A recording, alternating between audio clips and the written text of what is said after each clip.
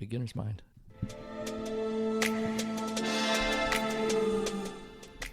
Welcome back. Views, interpretations, and opinions expressed are not advice nor official positions presented on behalf of any organization or institution. They are for informational and entertainment purposes only. Now, join Ryan and Peter for another episode of the Tracking Wisdom podcast. Welcome back, everybody. I'm Ryan. I'm Peter. Good morning.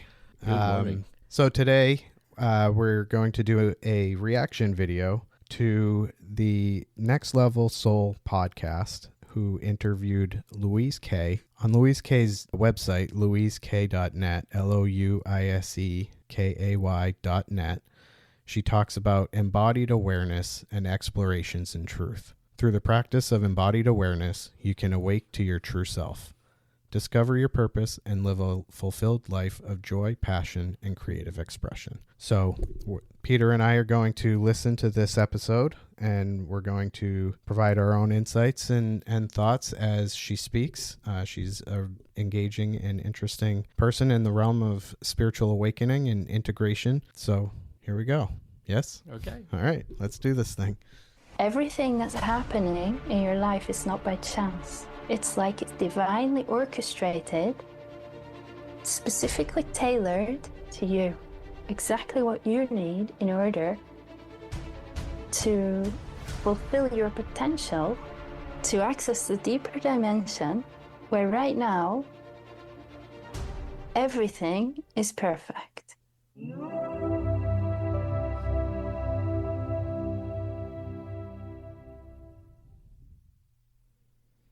So that was the teaser of the I'd like episode. to welcome back to the show, returning champion, Louise K. How you doing, Louise? Hi, thanks. I'm really happy to be back here on your show. Yeah, last time we spoke was I thought 2 years ago, and I just remember I had such a pleasure. It was such a pleasure talking to you. You have such wonderful energy, and you have such a wonderful message to put onto the world. And I was thinking, like, hey, I'd like to let's bring her back. And the audience has grown. The show's grown a little bit since then as well. So hopefully more and more people could see this conversation and the work that you're doing. So I appreciate you coming back, my dear. Thank you. So I'm going to ask you, I wanted to dive in because if you can tell everybody a little bit about yourself, just like a quick little 1 or 2 minute explanation of who you are and what kind of work you do. Well, my name is Louise K. I'm originally from the northwest of the United Kingdom, and I do work which I call embodied awareness.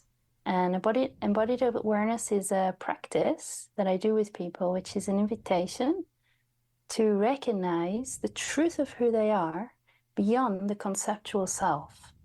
And the awareness side of it it's a word I use which is synonymous for consciousness. Many people refer to this as consciousness, the knowing that we are pure consciousness, and that's the deepest truth of who we are, the part that was never born, it will never die. It's beyond the personality, it's beyond the form. And I work with people to support them, not to understand this mentally, but to directly recognize through experience, so they have direct knowing of their true self. And the embodied aspect of it is the practice to consciously include the experience of our body as energy. And that brings about a lot of healing, deep healing and transformation on the level of form, on the level of personality and how we express ourselves in the world, because it allows for the combination of these two, allows for the falling away of unconscious patterns and conditionings that everybody took on from an early age. And when they fall away, we're free to express ourselves in the world in alignment with higher consciousness, in alignment with the greatest truth. That's beautiful. Well, I wanted to. So I found one thing that I picked up on right away was her equating awareness and consciousness. Mm-hmm. And I thought that was an interesting take on that. I'm not sure exactly how I feel about that. I kind of feel like awareness has a nuance to it that's different than consciousness. Okay. So I have You I have a lot to say. Good. This is the purpose. So the first thing is the teaser bit about this kind of predestination.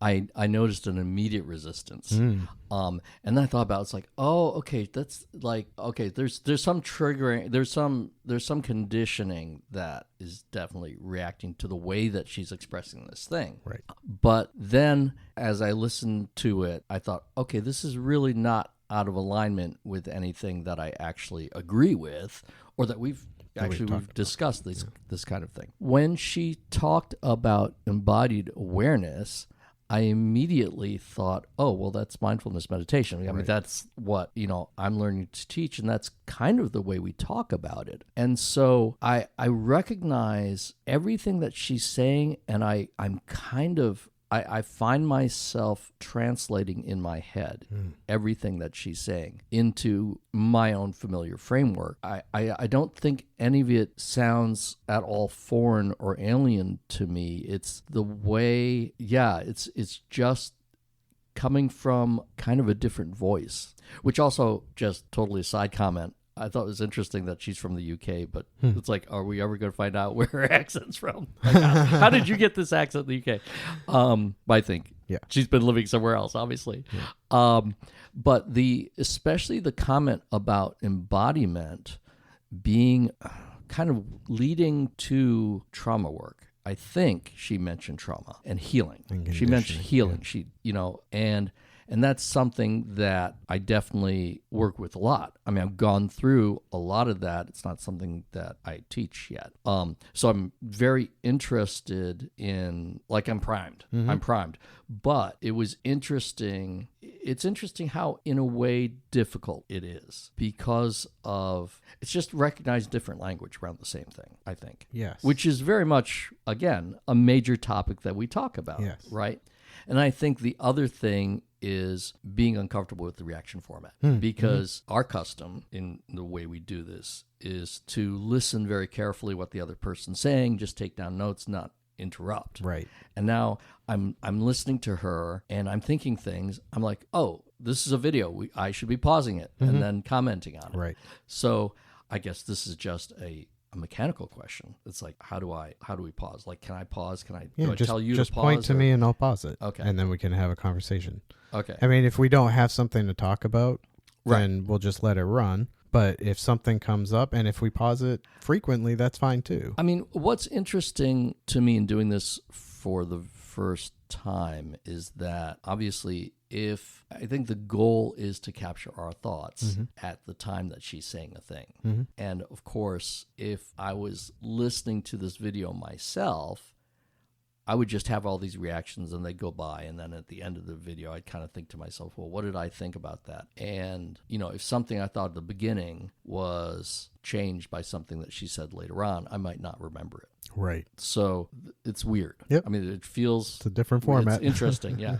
Okay. It was interesting, though. One thing I didn't want to mention was you saying you were basically taking the air quote teaching, if you will, and translating it into the language that you're familiar with. And this, to me, points very strongly, number one, to our original thesis of having a core teaching that is being described or attempted to be described through a variety of pointers, which is the other term that we use frequently. And, I'll talk about translation in another episode soon, but that to me is the key, is not so much listening to the words verbatim, but discerning that underlying nugget of wisdom that seems to be consistent and then translating it into something that you're familiar with, which to me echoes very strongly with the way, because my process has been very organic, this is what I experience frequently, which is hearing something that's out of context or of what I would normally listen to, or what is generally considered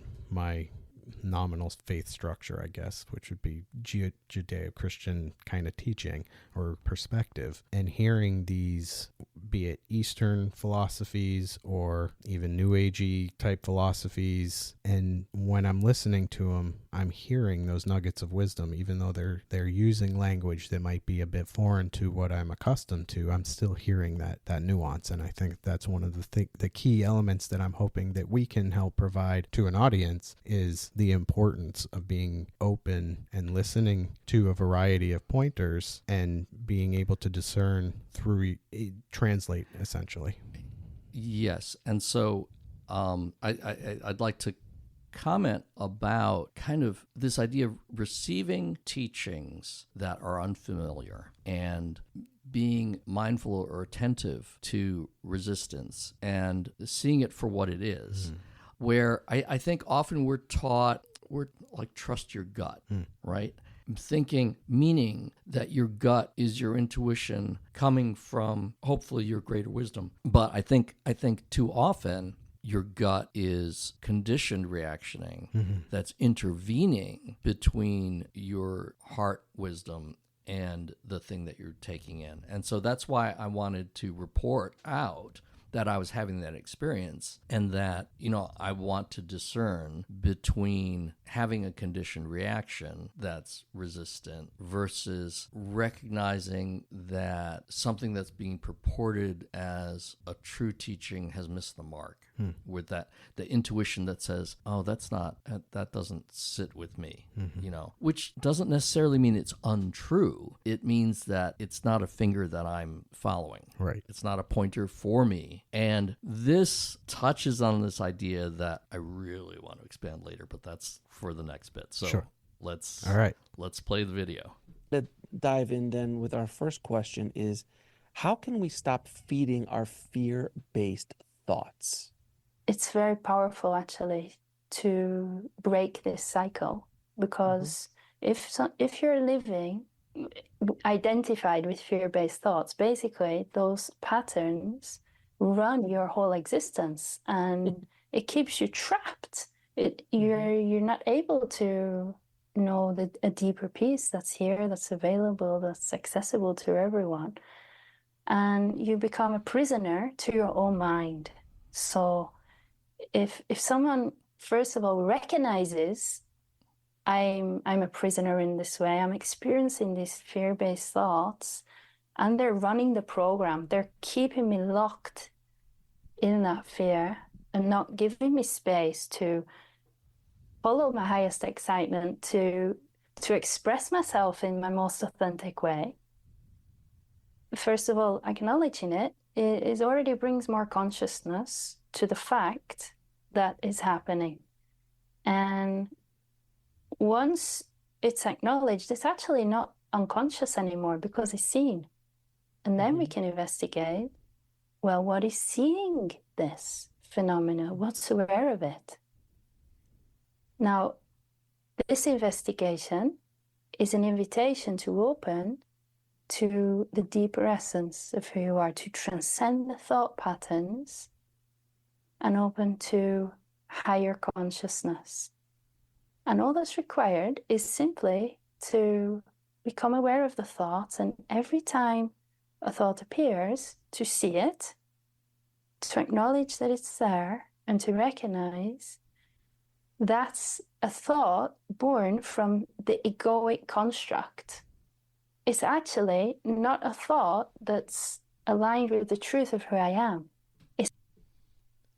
That was something that I found really interesting. There was a couple of things in there, and I saw you nodding your head and making some funny faces as well, so we'll see what you say. But the idea that, it sounds like what she's saying is like all thought is born out of that egoic conditioned mind.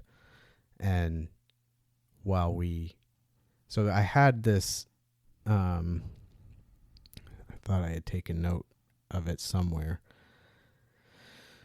There seems to be, during this process of awakening or seeking or growth in spirituality, however you want to describe it, there seems to be this I guess it's a paradox, but a conflicting necessity to use intellect, which is interesting because this is where we started the show, wanting to kind of address these things from an intellectual point of view. And in so doing, you recognize that intellect can only get you so far, and it will not and may even prevent you from the experience of the thing you're looking for and trying to understand.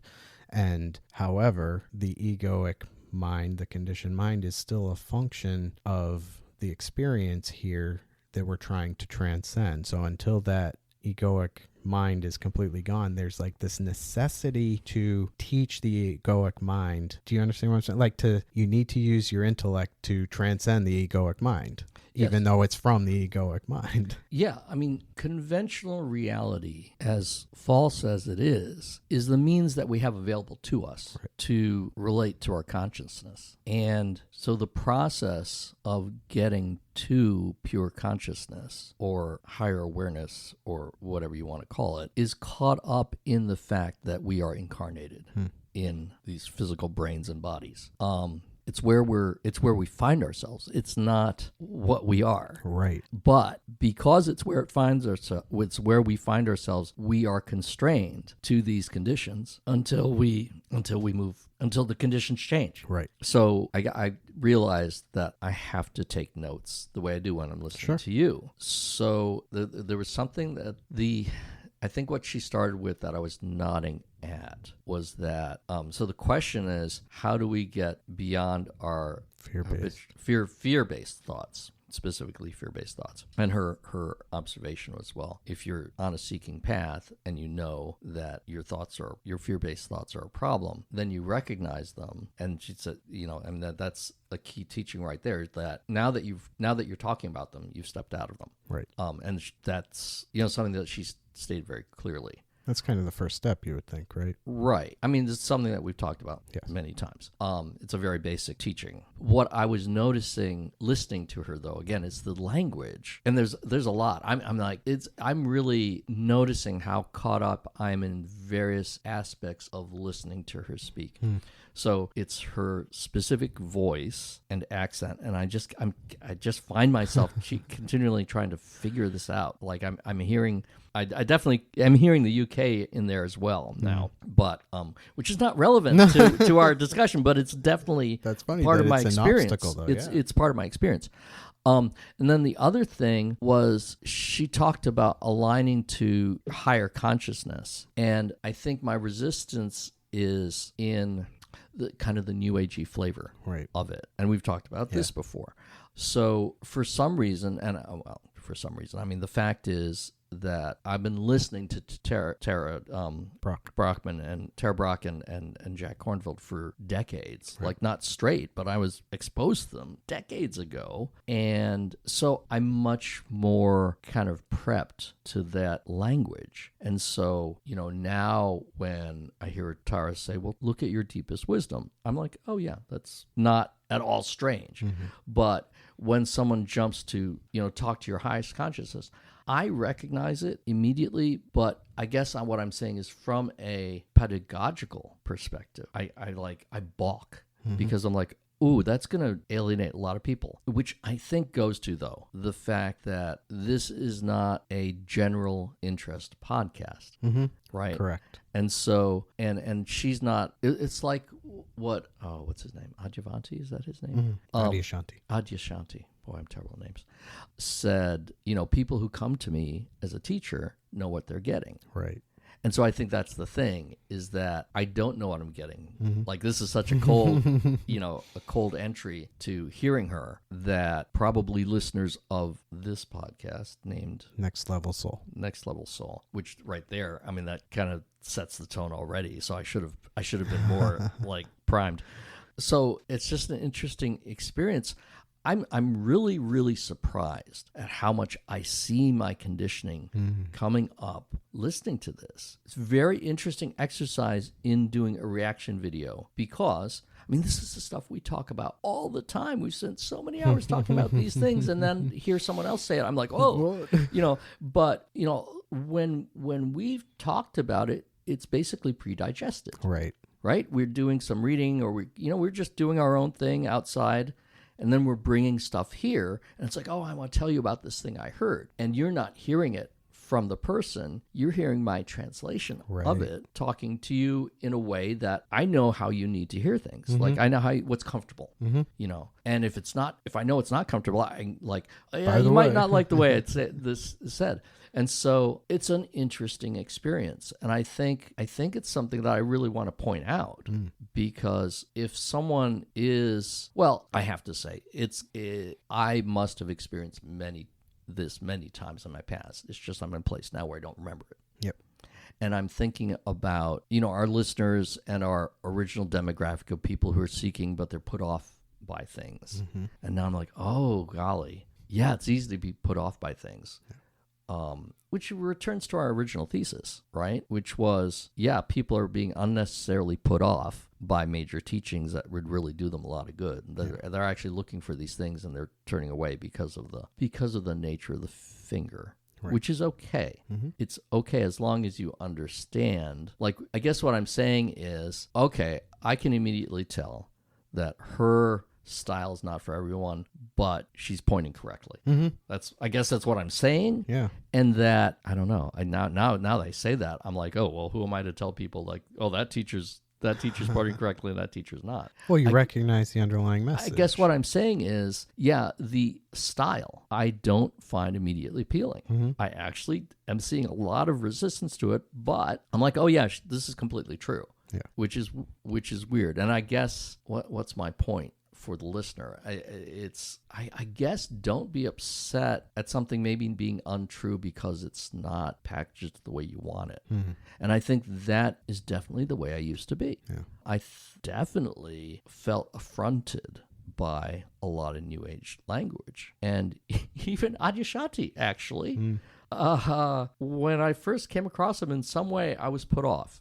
And then subsequently I heard him give another talk, which we talked about already, and I really understood where he was coming from. And I could see very clearly, like, oh, okay, this guy is a great teacher. It's just he's not my teacher. Right. So I guess that's the whole point. Yeah. Yeah. Yeah, there's many pointers, and not every pointer is going to be right for everybody. All right, let's continue. It's not me. And this allows you not to take the thought personally, not to identify with it, to see it as an appearance. And I'm the aware witness which perceives that thought. Now it's not personal to me anymore. I'm impersonal and I'm seeing it. Just like if you're outside and you experience a bird flying through the sky, this bird comes and then it goes. It's clear to us the bird is not mine. It's an appearance that I'm witnessing, I'm perceiving it. So you start to relate to these fear-based thoughts in the same way. Many times the fear-based thoughts are accompanied by unpleasant contractions in the body, because the body has been practicing listening to those thoughts, and the thoughts condition the body. The body doesn't know if the thought is real or not. It just responds to the vibration of the thought, the frequency of the thought. So if the thought is about fear, something bad's going to happen to me, or what if this happens, the body will contract to prepare you for that. Even if... This is actually something that came up to me recently that is different specifically than what she's saying, but it kind of segues off of it. So I went to work on Wednesday, and it was the first time I had been in traffic in, a year and a half, which I'm very grateful for. And the drive was fine. It was after I had watched this. And so one thing I've recognized and discussed previously here is how sometimes I can be experiencing peace and recognizing biological symptoms or reactions to something. And I think in part that's what she's talking about, is the biological response to a thought. However, that is a little bit nuanced in that when I'm experiencing peace, I'm not thinking. So what is my body reacting to?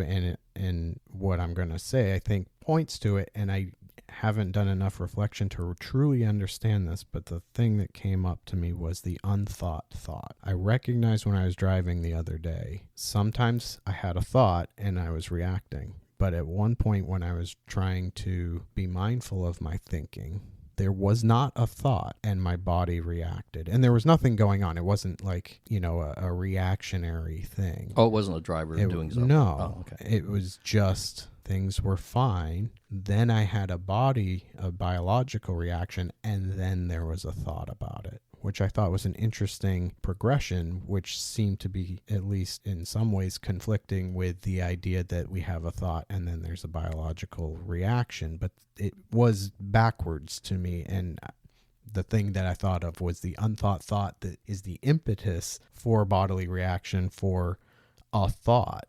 And I don't know what it is, but that reminded me of that experience. I mean, that what you're describing is just the unconscious. I mean, that the unconscious or conditioning, or there was another term that just came up and someone said, what is that? And I said, oh, that just means conditioning or shadow self. Or that, it's the unthought thought. It's the thought that you can't see as a thought because it's subconscious. It's below your level. And now we're using conscious in psychological term, not in terms of capital C consciousness or awareness, but it is below your awareness. Yep. It's below your intellectual awareness. And so you don't perceive it. And so it seems as if your body is just doing a thing, right? Your body is just having a reaction to nothing. Yeah. When actually it's having a reaction to something that you can't openly perceive in your awareness because it's subconscious. And then there was that was another interesting thing that I found, although I guess it's not that original, but that the conscious thought was driven by a bodily emotion or experience. And then, the thoughts start to flow. Mm-hmm.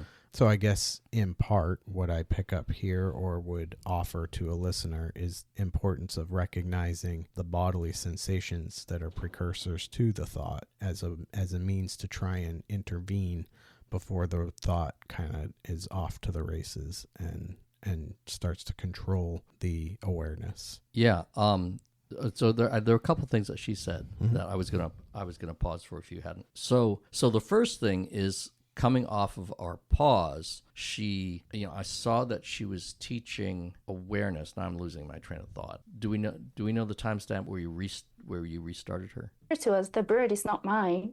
It's a higher consciousness. And all that's required is simply to become aware of the thoughts, and every time a thought appears, to see it, to acknowledge that it's there, and to recognize that's a thought born from the egoic construct. It's actually not a thought that's aligned with the truth of who I am. Okay. It's not me. Okay. So this is stuff that we've very specifically talked about, right? This non-identification and the recognition of what is aware of the thought. Yes. Right? And so awareness in that sense. What she says a little bit later, a few seconds later, is she uses the words vibration and frequency regarding the thought. Like the thought has a quality to it. Right. And again, it's that new age terminology. And now I'm familiar enough with other things that I can understand what they're talking about, because in my past, and it still is my resistance to this language, right? These are words that have actual meanings, and so how are you applying them to the thought? It's nonsensical, and I balk at that. And there's this, not just the skeptic, the conditioned skeptic, but also the trained critical thinker, which is distinct from the critic, okay? But trained in critical thinking, you have to question, what are you trying to say? What are you talking about? Why are you using the word that you're using? And again, it's being open to it. I think I was not open to this, or I couldn't be open to this if I didn't have another way of hearing this language. And I'm wondering what it is like for someone who doesn't have my Buddhist framework to work in, and let's say doesn't have a critical thinking framework to work in, and then is this all much more accessible to them? You know, because for me, what came first was a critical thinking framework, which created a barrier to this, and then establishing the Buddhist framework for myself gave me access to this. Right. And I can say, oh, she's talking about feeling tone. You know, in Buddhist, traditional Buddhist terminology, we talk about the feeling tone of different experiences, including thoughts, as being pleasant, unpleasant, or neutral. And that seems to be precisely what she means by frequency. But even saying this word right now, I feel so much resistance because there is no frequency. Like, what is it that you are measuring the I mean, frequency is a rate. It's an occurrence of a thing over time. And if there's not a thing that you're measuring over time, then there is no frequency. And that's what I'm really, and I can see my critical thinker's digging in its heels here. It's like, that's what it is. There is no other meaning of frequency. Right.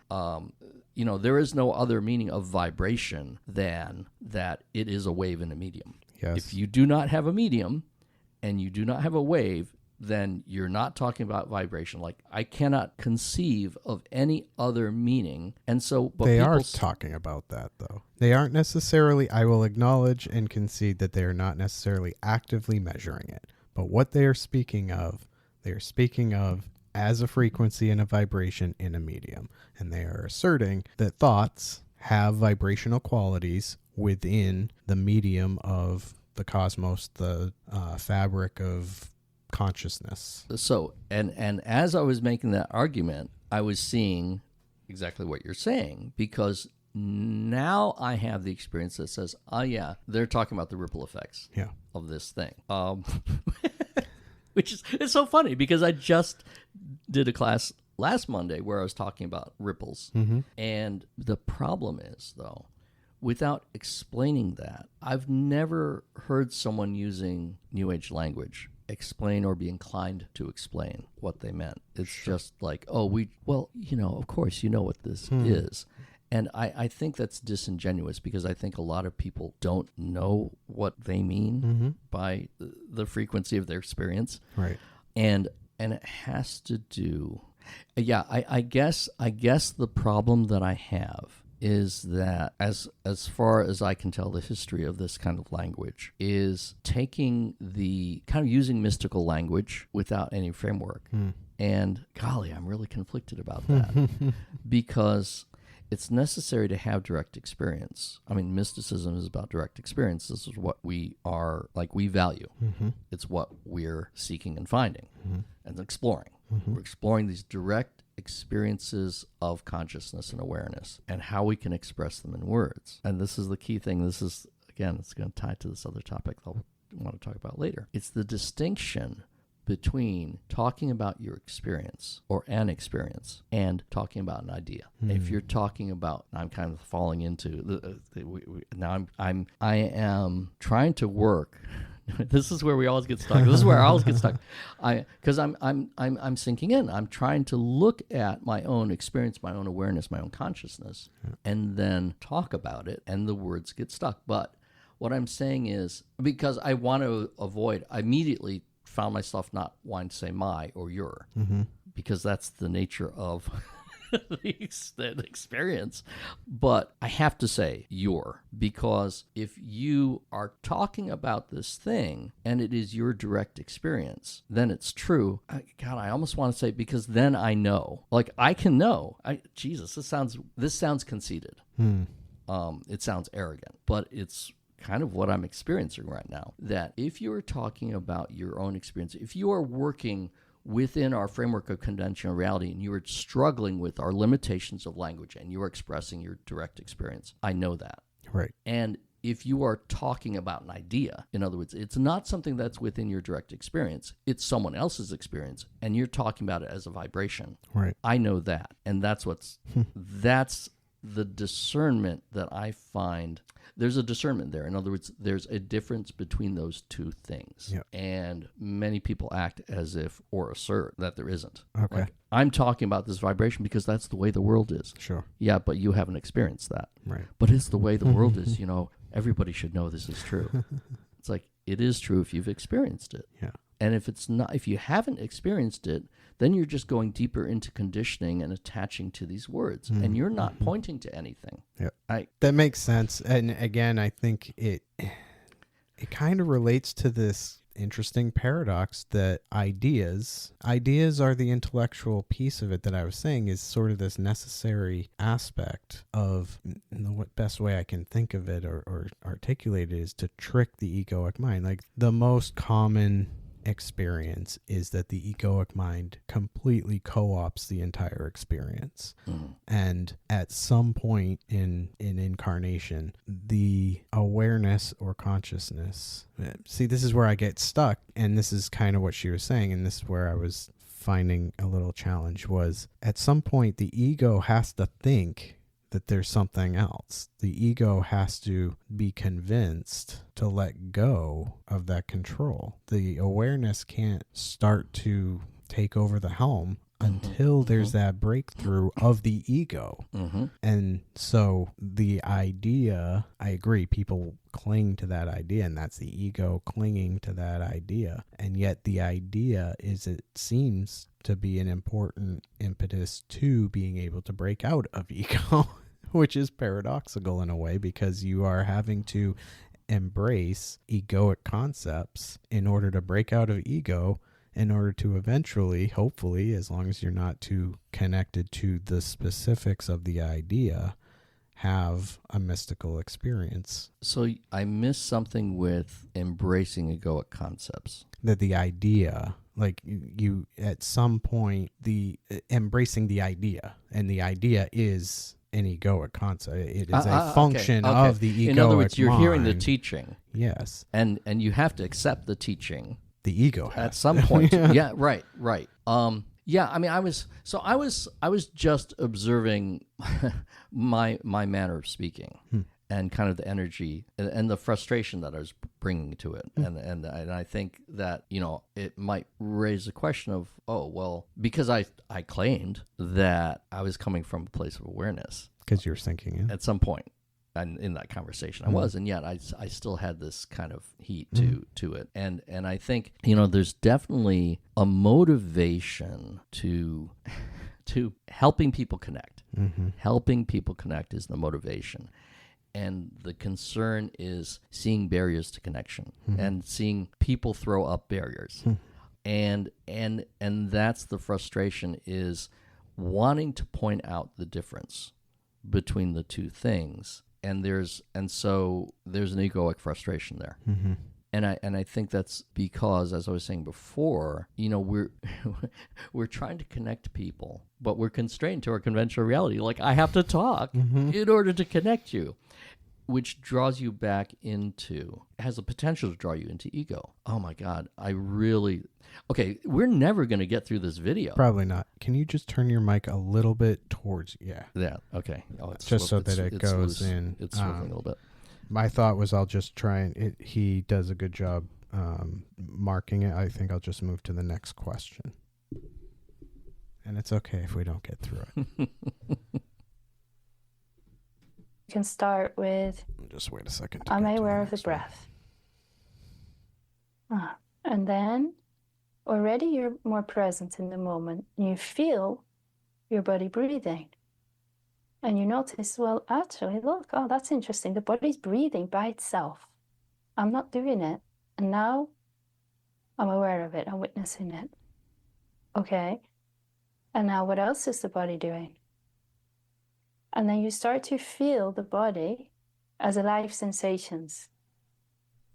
And when you're fully present in the body, you can feel where the contractions are held, and you might start to notice, there's like it's tightness in my throat, or there's a heaviness in my chest. And often the initial, I'm aware of energies. So when you start to practice, very gently bringing your attention into the body and just checking in, like you can start with, am I aware of the breath? And then already you're more present in the moment. You So this is feel all just about your body the breathing. body's reaction. And you notice, But I well, think it's not a actually, second that's question. interesting. The body's breathing by itself. But how do you break? Because I mean, if we've conditioned ourselves, and I think most of us have conditioned ourselves with these negative and fear-based thoughts, as a general statement, we're always thinking about, oh my God, what's going to happen? Oh my God, is the bill going to be paid? Oh my God, where am I going to get some money? Oh my God, does she love me or does he love me? Oh my God, am I going to get this job? Let's There's always pause this. for a moment It's just kind of, because how do you I actually break? think that's really bad language Hmm. that he just used. That we condition ourselves. Hmm. I mean, it's not that we never condition ourselves, but what he's talking about is not something that is our fault, that we've chosen to do for ourselves. Right. And so I just wanted to oh my God, that was terrible. But from Maybe he means more culturally, given him the benefit of the doubt. yeah. But anyway, from what I heard of her teaching, though, I'm like, oh, I really like her. Yeah. No, she actually, previously, when we had backed up, when she was talking about investigation and stuff, I thought of Rain. I thought you might pick up on that or say something about that as far as using I also thought yeah. about Rain. Yeah. And then she does talk I mean, I listened to the whole thing. There's a lot of it that touches on, the practices that you're familiar with. And she doesn't necessarily claim to own those kinds of things. Right. But in her work, she does kind of use the same kind of practices. Yeah, and I would say again, this is my baggage about I mean, like wanting to know the sources, right? That's my own inclination. There's nothing wrong with just doing the teaching. Sure. I'm not saying this is where I learned it. It's like, and so, I think everything I've heard is on track. Right. I'm only talking about my resistance from my conditioned state. Which is good because this is a reaction video. Yeah. So we're getting your reaction to it. Because I mean, if we've conditioned ourselves, and I think most of us have conditioned ourselves with these negative and fear-based thoughts. That's individual. As a general statement, we're always thinking about, oh my God, what's going to happen? Oh my God, is the bill going to be paid? Oh my God, where am I going to get some money? Oh my God, does she love me or does he love me? Oh my God, am I going to get this job? There's always this. It's just kind of, at least in the West, really kind of hardwired in us. What technique? That was an interesting. We brought this up too. Is culture of the West, and the perspective we're often speaking from is a Western cultural perspective, and maybe some of these things are less prominent in other cultures. I don't know. I mean, I'm sure. Yeah, but I think what he's basically talking about is brain function. He's not talking about cultural stuff. Sure. I mean, except for the specific words he's using, like money. Yeah, that's true. I mean, even that.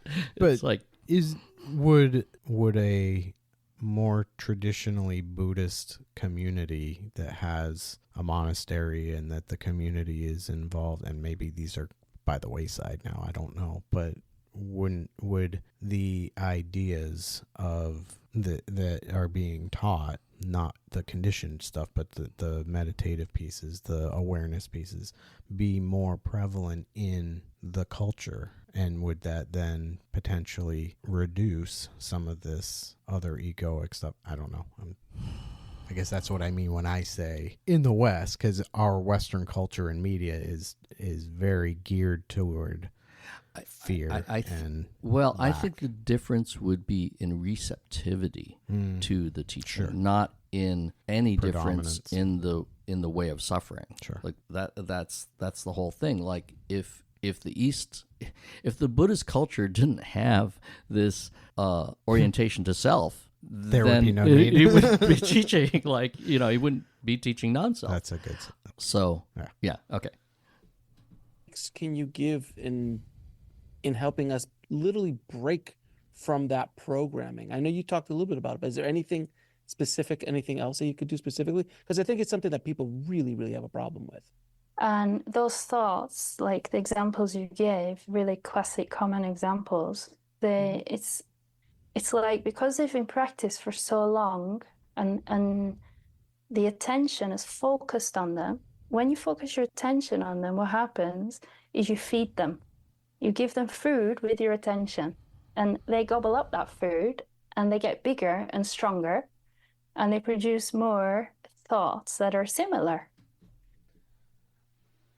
I saw you nod, but there was the teaching my daughter's counselor, therapist, had mentioned, and I don't know if she took this from somewhere else, but she called it feeding the dragon. And when my daughter was struggling with anxiety, that was part of the teaching, was not to feed the dragon. And and this is exactly what she's talking about, is when we continue to reinforce the negative thoughts, so to speak, but the more conditioned responses, we're going to experience them more. And likewise, if we practice putting our attention on more awareness and detachment from those things, that we will then experience more peace. And yeah, I mean, I think, and to her point, so I agree with what you're saying. I mean, I recognize that teaching, and I'm thinking of an anxiety talk that I saw that talked about kind of like anxiety, the role anxiety plays, like the role anxiety takes on in wanting to be recognized, or wanting to be the problem. And it's kind of that self-feeding thing, which in that context, he's right that we do individually reinforce our conditioning, but we're not the source of that was the problem that I had with the way he was saying it. And she's addressing it because she's answering the question of what can you do, that yes, you can work to stop feeding, right? I mean, you're both using this, you're both using the feeding term, which that nourishment metaphor, I think, is accessible, is a very accessible way to talk about it. So you have to cut off the food supply. Now, how do you cut off the food supply? You have to focus your attention on something else. Now, where do you focus your attention? You have to bring your attention back. You have to draw it back into pure being. What that means is it's the most effortless state of non-doing. It means that you simply be, and you can only do this in the present moment. You be the perceiver of the moment, and whenever a thought comes, you recognize that you are perceiving it, and it comes, and then it goes. Now, you don't even give effort to try to stop the thoughts or try to change the thoughts. Even that's too much effort. You just stay abiding as pure consciousness, allowing perceiving to happen. And as you do this, your presence power increases.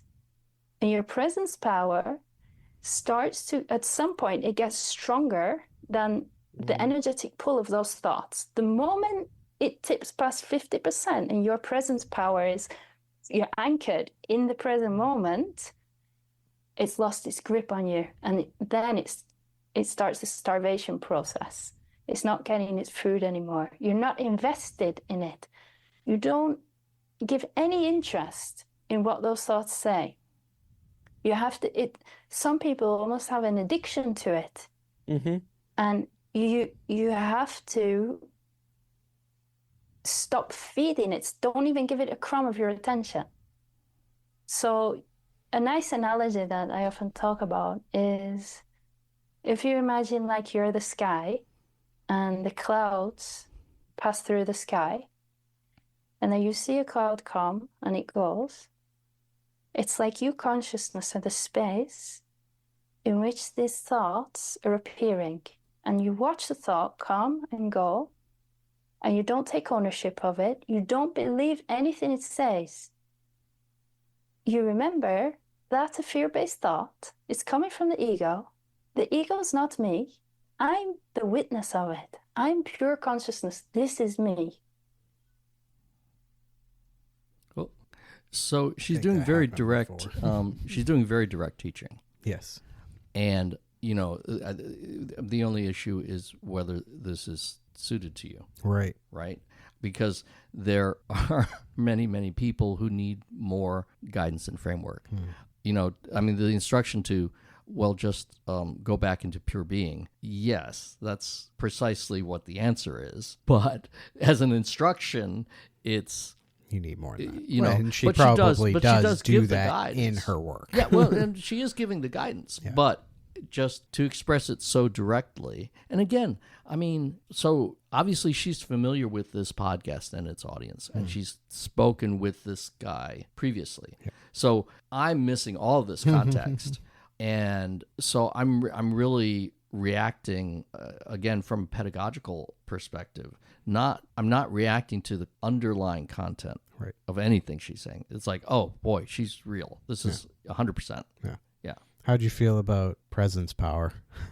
Yeah. I kind of, I knew what she was talking about, and I just questioned, like, oh, okay, well, this is not for everybody, or, there's missing context here. Right. But I'm very clear on what she's expressing. Yeah, cool. I'm going to try and move to the next one. Beautifully said. Beautifully said. Now, another problem that I feel that we have is when things happen to us in life, negative things, a car accident, someone breaks up with you, you lose your job, these kind of monumental things. How can we surrender to the reality of what is actually happening? Because so much, the old saying is, you drop the milk and you spill the milk on the floor and you get upset and you're yelling at the milk and why did this happen to me? The milk doesn't care. It just is what it is. How you deal with it is what you are in control of. Can you give us any guidance on how to do that? Because it is also a very difficult thing. Because sometimes it just feels good to yell at the milk, even as crazy as that sounds. Yeah, the moment that you understand that complaining about things that you can't control in life actually is not bringing you true pleasure. It might bring a distorted feel-good feeling, but if you really look, and like when you yell at the milk, for example, if you're really honest with yourself, like, am I actually enjoying this, or would I prefer right now to be experiencing love? We always prefer love. I think that whole comment and segment points to what was said before about addiction to this, and that many people, most people, I don't know the quantification of it, but that they recognize the discontent, and there seems to be some pseudo relief by releasing that energy, and then there's not a recognition that by engaging that behavior, it's reinforcing and feeding, and then you end up in this cycle where you're constantly experiencing the frustration from the point of an egoic thought, and then trying to, release that pain and suffering through complaining and verbalizing the frustrations, which only then kind of turns into this cycle. And I recognize that in people, that I've come in contact with, people who tend to seem to find enjoyment in like gossip and things like that, where there is an apparent, it seems very obvious from an outside perspective that person seems to gain some level of enjoyment from it. I don't think it's true enjoyment, but that there is some self-soothing nature to engaging in that behavior, and it does seem to be addictive and self-reinforcing. Yeah, I completely agree, and I think that this is something that is, I don't know if it's more Western at this point. It's something that's readily observable in our culture, and it's a sense of empowerment from combat, from being combative, sure. Right? You're not actually working against the thing that you're combating, but you're expressing a combative attitude, and that is valued by our culture. And boy, if we go back to, you know, the split brain stuff, I mean, it's really, you can relate it to that as being, because our culture has completely prioritized left brain manipulative qualities, that the idea that you are attempting to control has value. Like that's a Western value already. You know, you mentioned Judeo-Christian, and which brings us back to myth. Come on, Power of Myth by Joseph Campbell. Campbell, right? Manipulation and control. I mean, so I think it's essential it's essential brain function, but there's a Western preference, right? It's not that you wouldn't see it amongst all people, like this desire to fight a thing, but I think that, you know, we certainly promote the idea of striving, combat, manipulation, control. Yeah. So just as a cultural bias. Yeah, I agree. And when I say manipulation, I don't mean in the sense of something underhanded. I mean just the direct sense of control. I'm manipulating this cup so that I can have a drink. Well, I think that would probably be a natural human instinct to try and grapple with control over things that seem to be out of our control, like to be grasping for that control and as a method or strategy to try and reduce the suffering. I mean, you can see how we are literally evolved to that. Like some of our highest evolved function is in our hands, right. Our manipulators. It's not like we can jump away for problems and that's how we're evolved to deal with them. No, we're designed to manipulate. That's a good point. Yeah, that's a really good point. And that's how we ended up where we are in the cycle of life and food chain. And because it was adaptive, right. Once we get rational about it, then we rationalize it and we say, this is the way things are. Like, this is the way we should be because we evolved. It's like, evolution's slow, right? It was great for when we were evolving. It doesn't mean that's what we should be doing now. Yeah. What is it? Yes, it's unconsciousness. It's identification in your life is not by chance. We'll do this it's last like one and then we'll cut divinely it. orchestrated, specifically tailored for to a you. bit. Exactly what you need in When order the next question comes. to fulfill your potential in this lifetime. Please, when all these things happening, both the fear-based thoughts and getting angry at reality, those both seem almost insane ideas. To yell at milk is insane. It's an insane concept. What is it about us? What is causing us to do this? Because I don't know if that's programming from society or from family or from religion or what. I don't know if that's it, but there's something that causes us to go down these roads. Can you identify what that is? Is it ego? What is it? Yes, it's unconsciousness. It's identification with the conceptual self.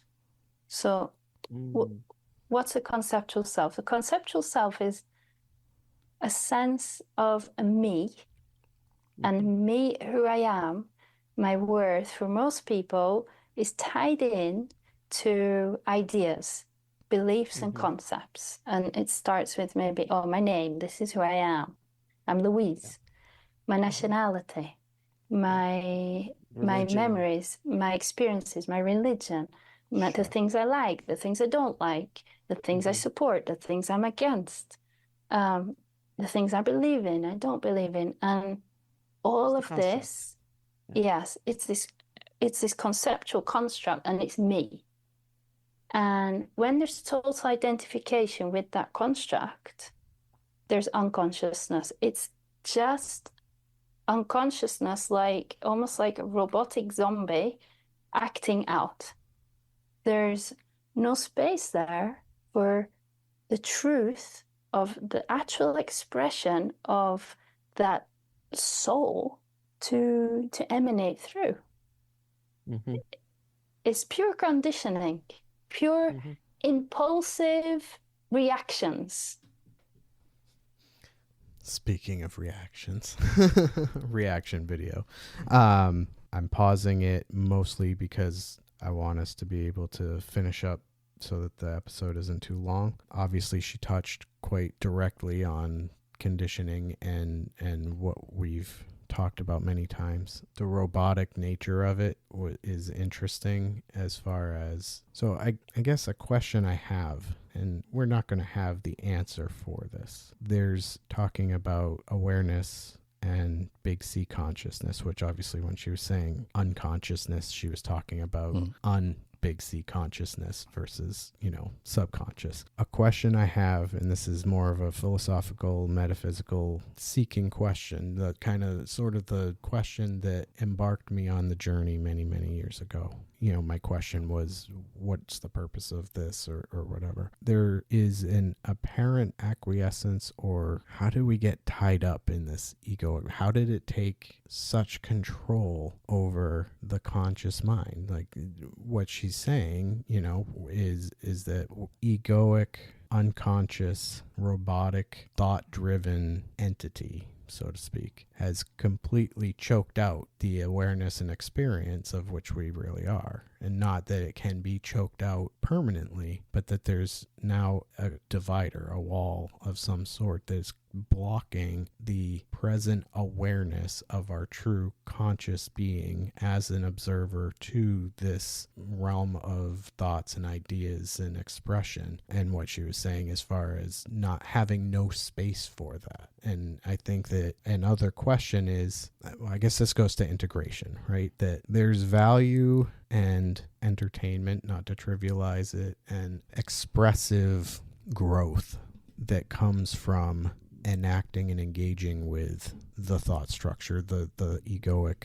It's like a tool, but the tool has completely co-opted the entire experience, and then we find ourselves in the darkness. And I think that the integration is the important piece, where we can re-find the awareness of who we are so that we take the tool for what it is and can enjoy using it in a way to produce expressive value in this reality, which I don't like using that word because it's not reality, but in this interface. And yet we've often been completely blocked off from it. Yeah, I was going the same direction that you were. I was thinking Hoffman. Yeah. And interface theory of consciousness.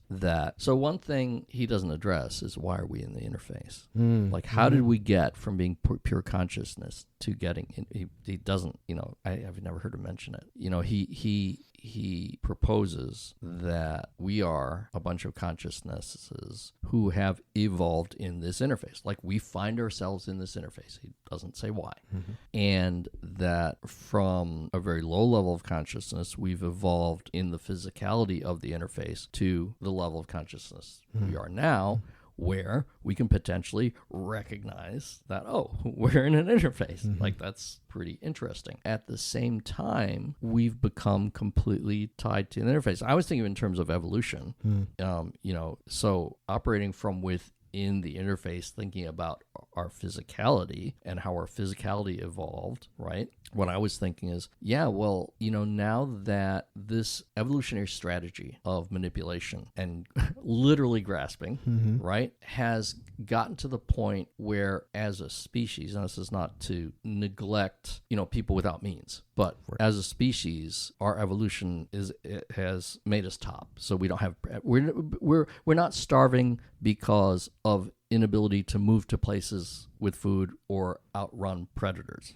right? We've evolved in a way that now, as a species, we can have the food that we want, and we don't have to worry about any predators. We literally physically control every single predator that there is. And I think it's kind of the idea we started with the institution creating its own survival. It's like the physical body now has made itself, it's provided the vehicle for the consciousness to have enough opportunity to become aware of itself. But now it's not letting go, right? It's like, well, I've got you this far, you depend on me. And so the whole pattern of fight, flight, manipulation, aggrandizement, getting fat, all the things that allowed us to evolve and increase our intellect and have the leisure to question, or the ability and the opportunity, right, to question existence, to question awareness. The thing that has allowed us to get that far is now the obstacle. Right. And, geez, it just reminds me of the Buddhist teaching of, you don't stay on the vehicle, you don't stay on the raft once you've gotten to the other side. You got to the other side. So it's like, I mean, at least you don't let it control you. Like, so this is another conversation I think we've had. It's like, well, can we step away from the body? Like, can we just say, yeah, we just don't need it anymore? I mean, what I was, and I think you said integration. This is where I am, is that it's still very, very useful, right? The physical interface, the physical body, depending on what level you want to look at it is still very useful to our consciousness. And I think that's what Hoffman was really pointing to, right? It's like, oh, wait, if we learn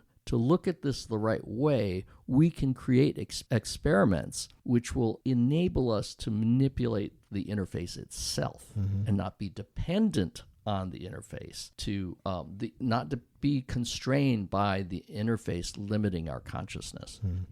Okay, this is going to suck as a standalone episode because we're referencing all this material. I just realized. Well, you're just going to have to go and listen to the other episodes, aren't you? We can put some references to. Yeah, I will. I will put links. Donald Hoffman, and actually one thing that I'll try and put in the show notes as well was the Donald Hoffman Rupert Spira interview, because he actually, if I recall correctly, Donald Hoffman queried Rupert Spira specifically about why the creator creates, Rupert had mentioned that it was his belief or understanding that it's because it is in It's the nature of it. It is the nature of the creation. Consciousness, create. Yeah. And I think that leads to kind of what she's touching on, Louise K, that we have a drive to express and to create expression. And I think that is intended, or at least assumed, to be expressing love in various forms, shining that light, radiating to all of consciousness in its various forms. And that the body is a means to do that. So, yeah, that's my thought on it. Yeah, I mean, I like that you named love and creation. And, I mean, yeah, I mean, we can really equate all these things, consciousness, creation, love. They're very, very inseparable. Mm-hmm. Thank you for introducing this video. This was incredibly stimulating and engaging. Yeah. So, yeah, great idea. So, if you guys want to watch the full episode, we barely touched this, really. We're only about 20 minutes in of an hour-long episode. It is the, I will put a link into the show notes or the description, but it's Next Level Soul Podcast, and the episode is called Don't Freak Out, Top Mystic Reveals Human Future. Get ready for a strange ride, Louise K. And feel free to, if you're interested in her work, she has louiseK.net. Is her website. And so thank you for listening, and thank you for Peter for indulging me in this cold reaction video, but I think it was worthwhile and had some good conversation, and we will see you all on the next one.